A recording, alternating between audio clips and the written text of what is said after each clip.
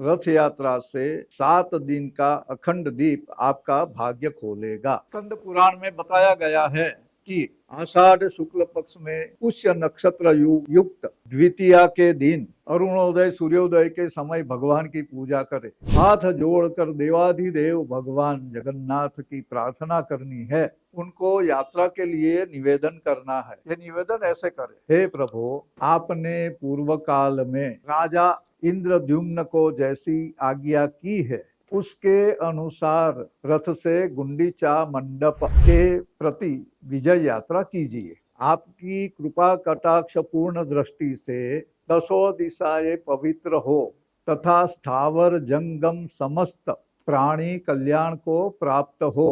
आपने ये अवतार लोगों के ऊपर दया की इच्छा से धारण किया है, इसलिए भगवान आप प्रसन्नता पूर्वक पृथ्वी पर चरण रख के पधारिए। ये प्रार्थना भगवान को नम्र निवेदन करना है रथ यात्रा के लिए। ऐसी प्रार्थना करके भगवान के रथ को दक्षिणाभिमुख रख कर, मतलब दक्षिण दिशा की ओर रथ का मुंह होना चाहिए, आगे बढ़ाना है। अपने घर के भगवान जो होते हैं, भगवान जो भी है अपने जो पूजा करते हैं, वो भगवान की छोटी मूर्तियां चित्र को भी छोटे से रथ में आप विराजमान कर सकते हो। रथ के तौर पे 4 पहिए वाला कोई भी वाहन हो चलेगा, मतलब बच्चों के जो छोटे खिलौने वगैरह होते हैं वो भी चल सकता है। उसको थोड़ा सजाना है फूल वूल वगैरह से और करिए, बच्चे भी खुश रहेंगे। मतलब ये उत्सव के तौर पे भी मना सकते हैं। अपने घर बाहर जाइए आप और भगवान की जो बड़ी रथ यात्रा निकलती है, अभी तो कई शहरों में निकलती है, तो उसका रथ की प्रदक्षिणा करनी है। लेकिन सबसे पहले अपना घर, वो अपना विश्व है और उसमें भी भगवान को ये गुंडीचा मंडप समझ के यात्रा करवानी है। विश्व की यात्रा होती है उस तरह से। जब ये रथ यात्रा हो तब भगवान का जयकारा करना है, जय जगन्नाथ, जय श्री कृष्ण, कृष्ण कृष्ण, या इनके नाम बोलने, ये भगवान का नामस्मरण करना है। विष्णु सहस्त्र नाम अगर याद हो या तो उसका कोई श्लोक याद हो तो भी, उससे भी जब रथ की प्रदक्षिणा करते हैं या रथ को घर में आप अपना भगवान की रथ यात्रा घर में हर एक कमरे में ले जाके कर सकते हैं, तो उस समय भी ये भगवान विष्णु का स्मरण करना है, उनके नाम का जाप करना है। वैसे जगन्नाथपुरी में जो यात्रा होती है वो ये यात्रा में भगवान जगन्नाथ गुंडीचा नगर में जाकर बिंदु तीर्थ के तट पर 7 दिन निवास करते हैं, क्योंकि प्राचीन काल में भगवान ने राजा द्युम्न को ये वर दिया था कि मैं तुम्हारे तीर्थ के तट पर प्रतिवर्ष निवास करूंगा। मेरे वहां रहने पर सभी तीर्थ उसमें निवास करेंगे।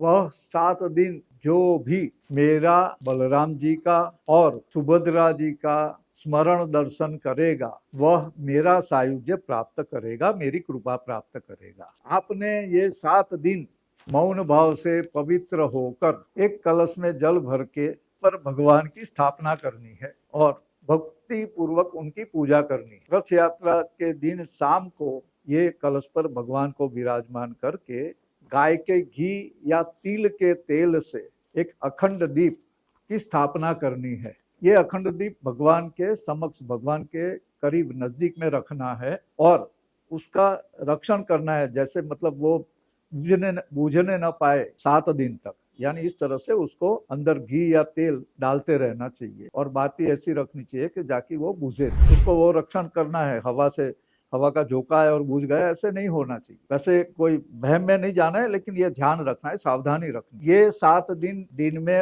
हो सके उतना मौन रहना है, जितना जरूरी है उतना ही बोलना है, बाकी मौन रखे। और रात में सूर्यास्त के बाद, भोजन करने के बाद भी भगवान के समक्ष बैठ के उनके नाम मंत्र के जाप करने हैं। जो भी मंत्र आपको आता है नाम मंत्र, उसके जाप आपने करने हैं। जो वैष्णव है या जो विष्णु को मानते हैं उनको इस तरह से भगवान का नाम स्मरण करना है। मौन व्रत और रात्रि जप की साधना, अनुष्ठान, आराधना पूर्ण करके व्रत का समापन, प्रतिष्ठा करना है। ये व्रतराज के पालन से मनुष्य धर्म, अर्थ, काम, मोक्ष चारों पुरुषार्थ अपनी रुचि मनोकामना के अनुसार प्राप्त करता है। 8वें दिन सुबह में शुक्ल नवमी को भगवान को रथ में बिठाकर अपने स्थान पे ले जाइए, यानी अपने देव मंदिर में बिठा दीजिए। भगवान विष्णु जगन्नाथ की यह दक्षिणाभिमुख यात्रा अति दुर्लभ मानी गई है। ये 7 दिन का अखंड दीप और रथ यात्रा का व्रत साक्षात भगवान जगन्नाथ की गुंडीचा यात्रा फल देता है। इसमें भगवत प्रतिमा या उनका चित्र लेकर उसे रथ में विराजमान करके भक्ति भाव से यात्रा संपन्न करानी है। ये 7 दिन के अखंड दीप और मौन व्रत से सभी प्रकार के कष्ट बाधा दूर होकर घर में सुख समृद्धि संपन्नता शांति और प्रसन्नता का वास होता है। घर का माहौल पॉजिटिव होता है, पॉजिटिव वाइब्रेशंस बढ़ने लगते हैं। ये प्रयोग वैसे बहुत लोगों को मालूम नहीं है। नवरात्रि जो होती है उसमें वैसे ये अखंड दीप वगैरह करते हैं, लेकिन ये रथ यात्रा और भगवान जगन्नाथ विष्णु के निमित्त जो ये अखंड दीप का है वो ज्यादा प्रचलित नहीं है। हमारे मन में आया कि जो जो भक्त है, जिनको श्रद्धा है सनातन में, उनको भी जो दूरित है, कोई परेशानी है, तो उसमें राहत मिले, इसके लिए ये विशेष अखंड दीप वाला रथ यात्रा का प्रयोग हम आपके सामने रखा है। ये प्रयोग से लाभान्वित हो आपके घर में, परिवार में, आपके कारोबार में, उसमें सुख समृद्धि बढ़े और अच्छे लाभ हो, जो परेशानियां दूर हो, कष्ट दूर हो, वही हमारी अभ्यर्थना, प्रार्थना, आशीर्वाद।